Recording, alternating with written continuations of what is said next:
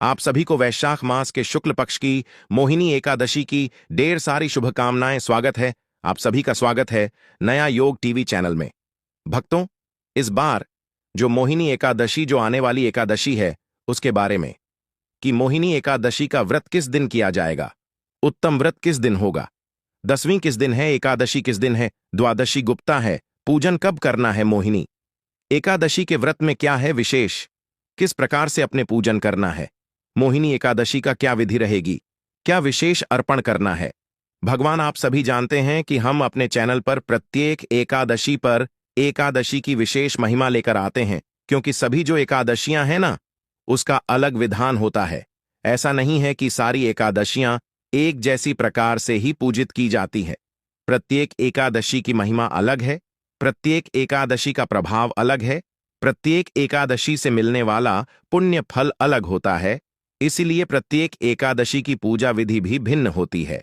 उसमें कुछ ना कुछ ऐसी चीज होती हैं जो आपको अतिरिक्त करनी होती है, जिसके द्वारा उसका पूजन भी होता है और पुण्य फल प्राप्त होता है। मोहिनी एकादशी जो है ना, उसके विशेष में एक अलग बात है। आपको मोहिनी एकादशी आपके दुखों का नाश करने आती है। आप जानते हैं मोहिनी एकादशी कब आई थी, इस दिन क्या हुआ था। यह बैसाख के अंतिम 5 दिन होते हैं जो कि महत्वपूर्ण होते हैं, जिसकी शुरुआत होती है एकादशी।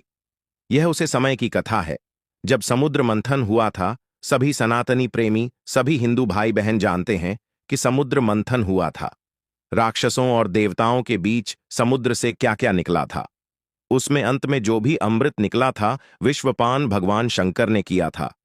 उन्होंने अपने कंठ में धारण किया था और उसके बाद अंत में निकला था अमित। जब निकला तो देवताओं और राक्षसों के बीच में महासंग्राम चढ़ गया।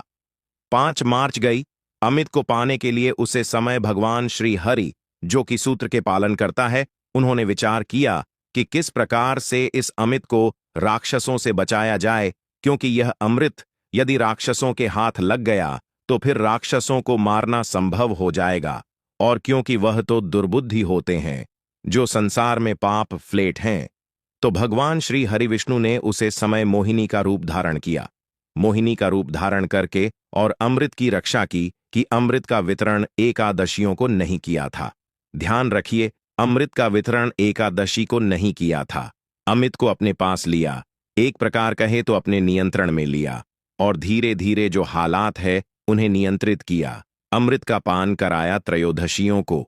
यह जो अभी विशाखा की जो अंतिम 5 दिन हमने एक वीडियो आपके लिए बनाया भी था, उसमें आप अवश्य देखिए। वैशाख के अंतिम दिन 5 क्यों महत्वपूर्ण है। वैशाख के जो अंतिम 5 दिन होते हैं, यदि इन 5 दिनों में अपने स्नान 5 दिन वैशाख का स्नान किया है तो पूरे महीने का स्नान फल आपको प्राप्त कर सकते हैं। महत्वपूर्ण है कि यह अंतिम 5 दिन जिनकी शुरुआत होती है मोहिनी एकादशी से, यह दिन इतने महत्वपूर्ण है। और उसे पर जो एकादशी है तो सोचिए वह कितनी महत्वपूर्ण हो गई है। वैसा के 5 भाषा भी यह से शुरुआत होते हैं। इन 5 दिनों की महिमा इसलिए भी अधिक है क्योंकि यह अमृत मंथन से जुड़ी हुई है।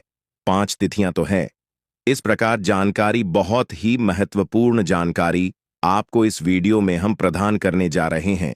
आपको आशा करते हैं कि आप वीडियो को अंत तक देखें, जिससे कि आपको अधिक से अधिक जानकारी प्राप्त कर सकें। और एकादशी का व्रत जो साधारण व्रत नहीं है, एकादशी का व्रत एक प्रकार का अनुष्ठान होता है। हर किसी की बस की बात नहीं होती है एकादशी का अनुष्ठान करना, और केवल एक दिन भूखे रह लेना एकादशी का व्रत नहीं होता है। एकादशी का व्रत यदि करना है तो 3 दिन के नियम होते हैं, जिनका विधान होता है, उनका पालन करना होता है, तो आपको एकादशी का पूर्ण फल प्राप्त करना होता है। इसलिए हम आपको प्रत्येक एकादशी आपके पूरे 3 दिन का नियम बताते हैं कि क्या करना है, क्या नहीं करना है, क्या खाना है, क्या नहीं खाना है, कैसे नियम पालन करते हैं, पालन करना है। जानकारी आरंभ करें उससे पहले आपसे निवेदन है कि वीडियो थोड़ा सा भी अच्छा लगे तो वीडियो को एक लाइक अवश्य कर दीजिएगा और चैनल को भी सब्सक्राइब जरूर करें दीजिएगा। यह शास्त्र अनुसार जानकारी है जो यूट्यूब पर शायद नहीं मिलती। मुझे मेरी जानकारी तो नहीं है, पर ऐसा कोई भी चैनल नहीं है जो शास्त्रों और पुराणों में इतनी गहरी और ज्ञानवर्धक जानकारी बताता है। क्योंकि प्रभु की भक्ति का जो वीडियो है ना, अगर कहीं भी जानकारी अधिक मिलती है, अच्छी मिलती है और उससे वह लाभ ले पाते हैं तो उसे उत्तम क्या हो सकता है सब। तो इस वीडियो को अधिक से अधिक लोगों तक शेयर कीजिए। सही जानकारी उनके बड़े काम आएगी और जब तक जानकारी के अनुसार वह पूजा पाठ करेंगे तो उन्हें भी पूर्ण फल की प्राप्ति होगी।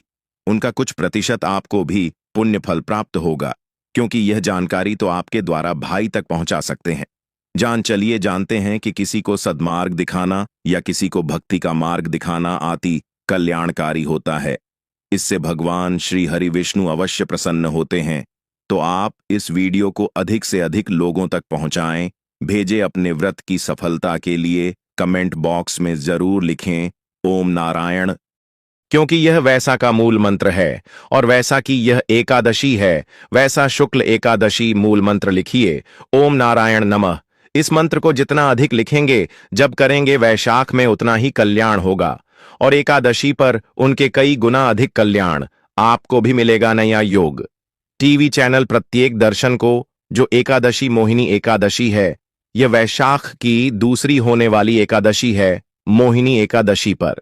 सबसे पहले बात तो यह है कि इस दिन श्री हरि विष्णु में मोहिनी का रूप धारण किया और अमृत कलश की रक्षा करते हुए उसके बाद पान भी अगली तिथियां में कराया था तथा राक्षसों का बाध भी किया।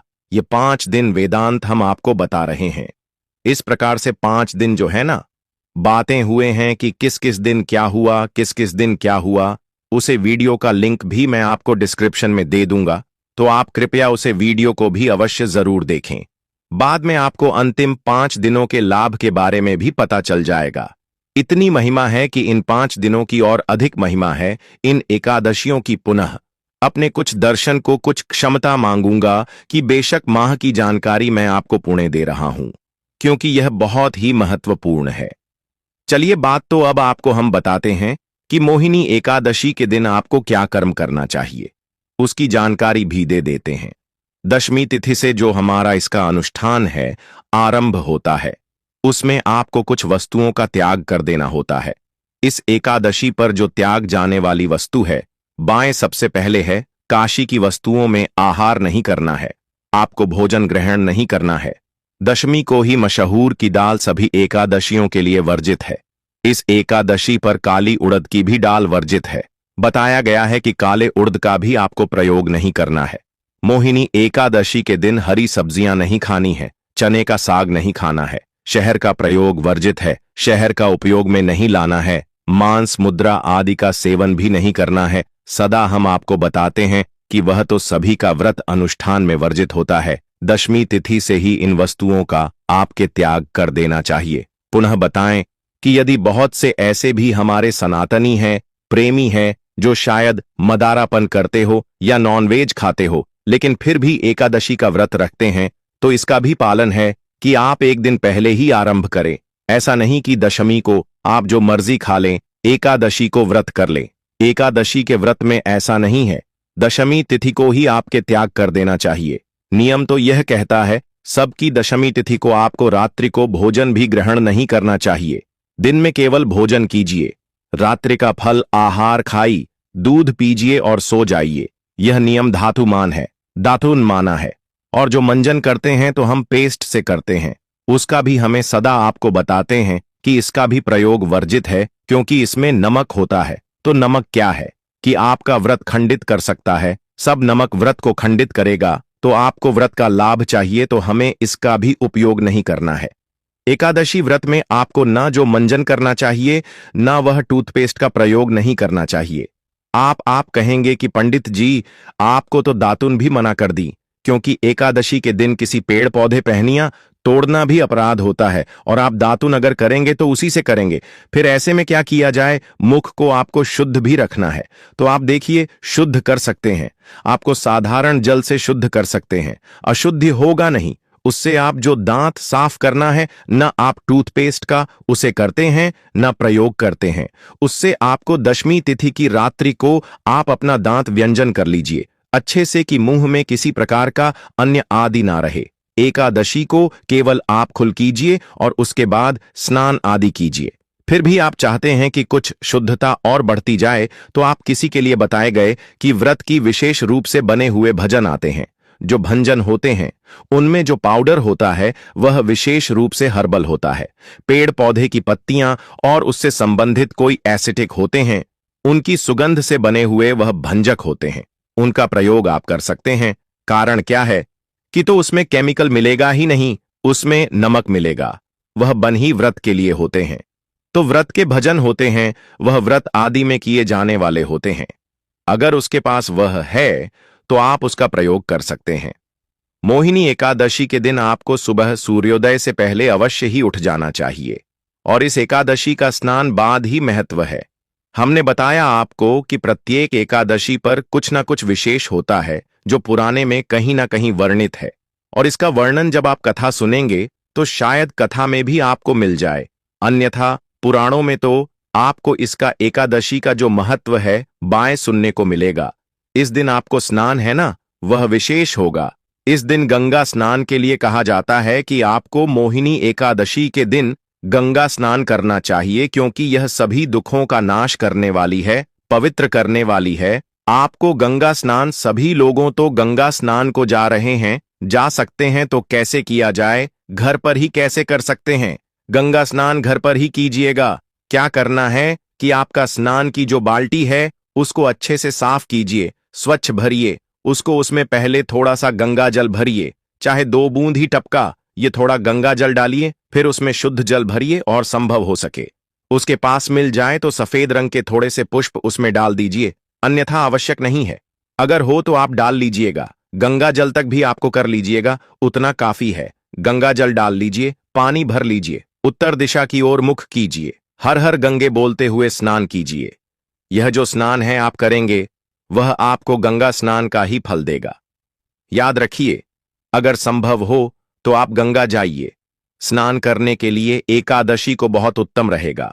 परंतु अगर आप ना जा सके तो आपको परेशान होने की आवश्यकता नहीं है, क्योंकि यह अनिवार्य नहीं है कि गंगा जी से ही जाकर स्नान करें, तभी आपको व्रत का पूर्ण फल प्राप्त होगा। आप घर पर भी इस विधि से स्नान कर सकते हैं। आपको गंगा स्नान हो जाए, करने के बाद स्वच्छ वस्त्र धारण कीजिए। स्वच्छ वस्त्र धारण करके आपको जो मंदिर है उसकी सफाई कीजिए, पूजा की तैयारी कीजिए। पूजा की जो सामग्री है उसको एकत्रित कीजिए। पूजा की सामग्री में क्या होगा? भगवान माधव के स्वरूप की कोई तस्वीर, प्रतिमा जो भी आपके पास है वह रखिए, या भगवान विष्णु के स्वरूप की कोई तस्वीर, प्रतिमा रख सकते हैं। रोली मोली, पान सुपारी, लौंग, इलायची, धूप, दीप, नावेद। भगवान को अर्पित करने के लिए खुले फूलों, फलों की माला, तांबे का एक लोटा, अगर संभव है तो एक चौकी पर रख लीजिएगा, और चौकी पर बचाने के लिए पीले रंग का अगर वस्त्र मिल जाए तो बहुत उत्तम रहेगा, वह वस्त्र लीजिए। उसके अतिरिक्त जानू आपको होना चाहिए, जानू रख लीजिएगा और इत्र रख लीजिएगा। यह पूजा की सामग्री पंचामृत इसमें प्रयोग में लाते हैं।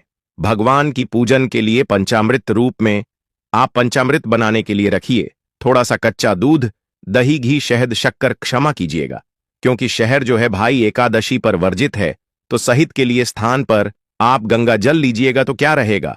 दूध, दही, शक्कर, घी, गंगा जल, ये 5 चीजों से आप पंचामृत बना लीजिएगा। आसान लगे कि उत्तम उत्तर दिशा की ओर मुख करके बैठ जाएगा। अब एक विशेष बात आपको बताएं कि आपको इस दिन यह जल अवश्य अर्पित करना है।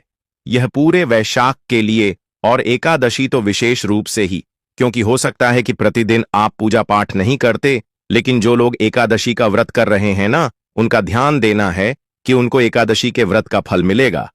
तभी जब आप यह जल अर्पित करेंगे, यमराज को जल देना अनिवार्य है।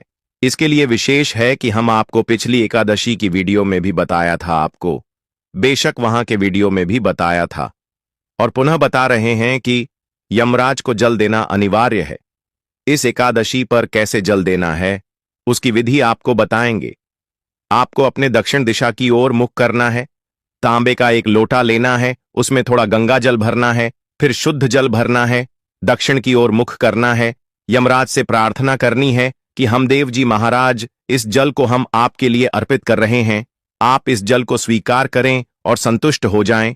इस प्रकार से ओम यह देवाय नमः, ओम यह देवाय नमः, ओम यह देवाय नमः मंत्र के साथ वहां एक लोटा जल यमराज को अर्पित कर दीजिएगा। उसके बाद आप सूर्य देव को भी जल देते हैं। माता तुलसी को भी जल अर्पित करते हैं, वह सब कीजिएगा। इसमें थोड़ा जो बड़ा मंत्र है वह है ओम नारायण नमः। यह मंत्र आप किसी भी जल देते समय प्रयोग ला सकते हैं, अति कल्याणकारी है। आप बात करेंगे पूजा विधि की, पूजन कैसे करना है और आगे का वृतांत बताएंगे कि व्रत के आगे नियम क्या रहेंगे, व्रत में वाले दिन आपको क्या करना है क्या नहीं करना है।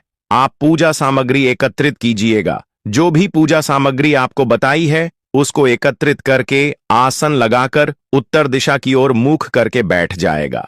स्नान की विधि हम आपको बताए थे। आशा करते हैं कि आपको विधि से स्नान कर लिया होगा।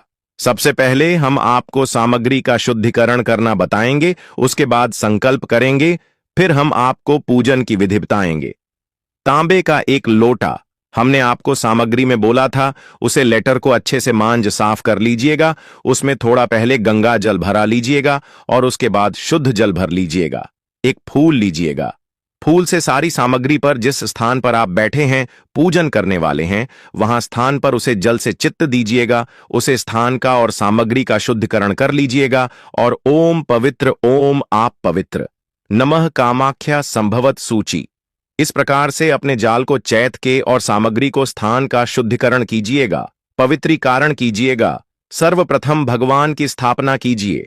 अगर आपके मंदिर में पहले से ही भगवान स्थापित है, भगवान श्री हरि विष्णु, और वही आप पूजन कर रहे हैं, तो उत्तम है कि अन्यथा आप स्थापित करेंगे। आपके पास चौकी है तो चौकी को लगाइए, उसे पर पीला वस्त्र बताइए और भगवान की तस्वीर स्थापित करने से पहले भगवान को आसन के रूप में निवेदन कीजिएगा कि है प्रभु, यह पुष्प हम आपको आसन के रूप में प्रदान कर रहे हैं।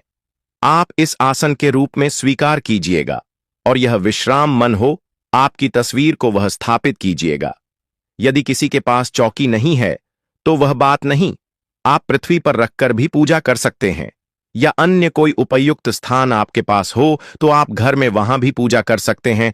इसी प्रकार से पुष्प निवेदित कीजिए भगवान से ही, प्रभु हम आपको पुष्प को आसन के रूप में प्रदान कर रहे हैं, और वह भी तस्वीर को स्थापित कर लीजिएगा। बहुत से दर्शक हमारे पूछते हैं कि पंडित जी, हमारे तो कच्चा मकान है तो हम कैसे करें। कच्चा मकान को पक्का मकान, उसमें भी कुछ फर्क नहीं पड़ता। पूजा पाठ पर आपकी भावनाएं, श्रद्धा भगवान देखते हैं। आपका कच्चा मकान तो आप नीचे जमीन को अच्छी तरीके से दीप लीजिएगा, गोबर या फिर माटी से लिखने के बाद उसे पर पुष्प निवेदित कीजिए आसन के रूप में, और वहां पर भी भगवान को आप स्थापित करके पूजन कर सकते हैं।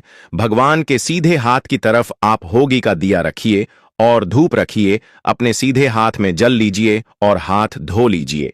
भगवान की स्थापना हो गई है, हम पूजन में आगे बढ़ेंगे। अपने सीधे हाथ में चम्मच से एक जल लीजिए, तांबे का भरवारा है ना, उसमें से एक चम्मच से जल लीजिए और अपने हाथ धो लीजिए। हाथों प्रक्षालन, हाथ धोने के बाद आप 3 बार एक एक मंत्र पर जल अजमानी करेंगे। एक मंत्र पर 1 चम्मच जल पंगे, इस प्रकार से ओम माधवय नमः जल लीजिए, पी जाइए। ओम के शिवाय नमः जल लीजिए, पी जाइए। ओम नारायण नमः जल लीजिए, पी जाइए। ओम ऋषिकेश आए नमो नमः शलगम, चली जी। और हाथ थोड़ी सी हाथ धोने के बाद अपने आप को तिलक कीजिए।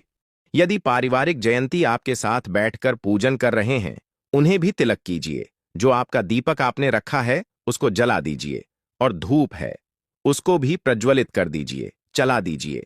संकल्प करेंगे। संकल्प करने के लिए अपने सीधे हाथ में जल लीजिए। 1 रुपये का सिक्का दक्षिण के रूप में कम से कम रखिए। थोड़े पुष्प अगर है तो रख सकते हैं। श्री विष्णु अपना नाम, अपना गोत्र, जिस स्थान पर बैठकर आप संकल्प कर रहे हैं वहां का मकान, नंबर, क्षेत्र का नाम, शहर का नाम, वैशाख मन से, शुक्ल पक्ष, मोहिनी एकादशी, व्रत, पूजन, संकल्प, संकरी से पुलिस चौकी, विष्णु शरण शरण, और वह संकल्प भगवान के चरणों में अर्पित कर दीजिए। इस प्रकार से अपने संकल्प किया है। संकल्प एक आवश्यक प्रक्रिया है। संकल्प आप अवश्य कीजिएगा। कोई भी व्रत करते हैं, संकल्प महत्वपूर्ण है। एकादशी का व्रत कर रहे हैं तो संकल्प आपको अवश्य ही करना चाहिए, तभी उसका जो पुण्य है वह आपके अनुसार प्राप्त होता है, आपका व्रत के अनुसार प्राप्त होता है। संकल्प करने के बाद अब भगवान का पूजन करेंगे। पूजन करने के लिए भगवान के सामने एक पत्र रख दीजिए, कटोरी रख दीजिए, और उसमें आप पूजा की सामग्री को थोड़ा थोड़ा करके जैसे जैसे मंत्र बोलेंगे अर्पित कीजिएगा। जिससे कि वह सामग्री इधर उधर पहले कि नहीं पैरों में भी नहीं आएगी। सबसे पहले भगवान को अजमानी अर्पित करेंगे कि पूजन करेंगे। पूजन के बाद यह पूजन बताएंगे। यह पूजन के बाद आपको एकादशी कब है और क्या अन्य नियम रहेंगे, इसके बारे में जानकारी देंगे। पूजन में आगे बढ़ते हैं। भगवान को पद्य मार्जित करेंगे। एक एक मंत्र पर एक एक चम्मच जल भगवान के सामने रखे हुए पत्र में छोड़ने जाएगा। ओम भूर्भुव मोहिनी एकादशी एवं व्रत पूजन प्रारंभ करो। ओम भूर्भुव स्व श्री मोहिनी एकादशी व्रत ही ओम भूर्भुव स्व श्री नारायण आय नमः छोड़िए। ओम भूर्भुव स्व श्री वासुदेवाय नमः। आज मणि करने के बाद भगवान को स्नान करेंगे। स्नान के लिए झालर फिट करेंगे। जिनके पास प्रतिमा है तो आप प्रेम से भगवान को स्नान कराया। शंकर से भी आप भगवान को स्नान कर सकते हैं। भगवान को पंचामृत से स्नान करेंगे। शंकर में जल लेकर ओम भूर्भुव स्व माधवय नम के स्थान पर गंगा जल मिलाई और शक्कर मिलिया, 5 चीजों को मिलिया। अगर प्रतिमा है तो आराम से प्रेम से स्नान कराया। प्रतिमा को स्नान करेंगे। आप तस्वीर पर पूजन कर रहे हैं तो आप एक फूल पर लगा लीजिए पंचामृत और वह फूल पंचामृत के रूप में भगवान को अर्पित कीजिएगा। अब भगवान को शुद्ध जल से स्नान करेंगे। ओम भूर्भुव स्वनारायण आय नमः पंचामृत आया। पंचामृत समर्पयारी। पंचामृत के पास स्नान करेंगे। अर्पित कीजिए ओम भूर्भुव स्वनारायण नमः। अब भगवान को वस्त्र के रूप में जानू अर्पित करेंगे। जानू लीजिए, ऊपर तिलक कर लीजिएगा होली का और अर्पित कीजिएगा। ओम भूर्भुव स्व श्री नारायण को ओम भूर्भुव स्व नारायण नमः लगाने के बाद भगवान को तिलक कीजिए। ओम भूर्भुव स्वय नमः शिवाय नमः पुष्पम समर्पित माला पहनने के बाद भगवान को धूप दिखाएंगे, दीप दिखाएंगे, श्री नारायण नारायण करेंगे। जो भी आपके पास भोग स्वरूप है वह अर्पित कीजिए। इस दिन आप यदि केसर युक्त पीली बूंदी के लड्डू का भोग लगाते हैं तो उत्तम रहेगा। केसर युक्त बूंदी के लड्डू बेसन की बंदी होते हैं, उनका उत्तम रहेगा। ओम भूर्भुवः स्व श्री नारायण नारायण करेंगे। पान का पत्ता लीजिए, उसमें 2 लोग 2 इलायची और 1 सुपारी रख लीजिए। पीड़ा बनाया और वह भगवान को तांबूल के रूप में अर्पित कीजिए। ओम भूर्भुवः स्व श्री नारायण आय नमः नमस्कार कीजिए। भगवान को हाथ जोड़कर निवेदन कीजिए कि प्रभु, आज के दिन हम एकादशी का व्रत कर रहे हैं, पूजन कर रहे हैं। इस पूजन को स्वीकार करें और व्रत को हम सफलतापूर्वक कर पाए, इतनी हमें शक्ति प्रदान करें। इसके बाद अब पूजन करके अपने एकादशी की कथा सुनाई है और विष्णु सहस्त्रनाम नाम का पाठ सुनना है या करना है। एकादशी की कथा और विष्णु सहस्त्रनाम दोनों ही हम प्रत्येक एकादशी पर अपने चैनल पर अपलोड करते हैं। अगर चैनल पर नए हैं तो चैनल को सब्सक्राइब जरूर कर लेना। इसके अलावा आपको यह मिलेगा कि आपको सही समय पर सही प्रकार की जानकारी प्राप्त होगी, क्योंकि एक ज्योति संस्थान का चैनल है। यहां पर सही जानकारी की प्रदान की जाती है। बहुत सारे ऐसे भी चैनल हैं यूट्यूब पर जो किसी भी कथा को किसी भी नाम से चला देते हैं, उससे आपका जो व्रत है वह खंडित हो जाता है, व्यर्थ हो जाता है। तो आप सही कथा सुनने के लिए, सही व्रत की जानकारी के लिए चैनल को सब्सक्राइब कर लीजिएगा और बेल आइकन को अवश्य दबाइएगा। तभी आपको हमारे वीडियो प्राप्त कथा सुनेंगे, विष्णु सहस्त्रनाम सुनेंगे। संभव हो तो इस दिन आप नारायण कवच भी सुनिएगा, हम वह भी आपके लिए अपलोड करेंगे। तब नियमों में प्रमुख रूप से ब्रह्मचर्य का नियम है। ब्रह्मचर्य का आपको पालन करना है। किसी के प्रति भेड़ और भगवान की स्थापना घर में की हुई है। शांति के साथ, सौहार्द के साथ अपने समय को आप व्यतीत कीजिएगा। सायंकाल को संभव हो तो कीर्तन कीजिएगा,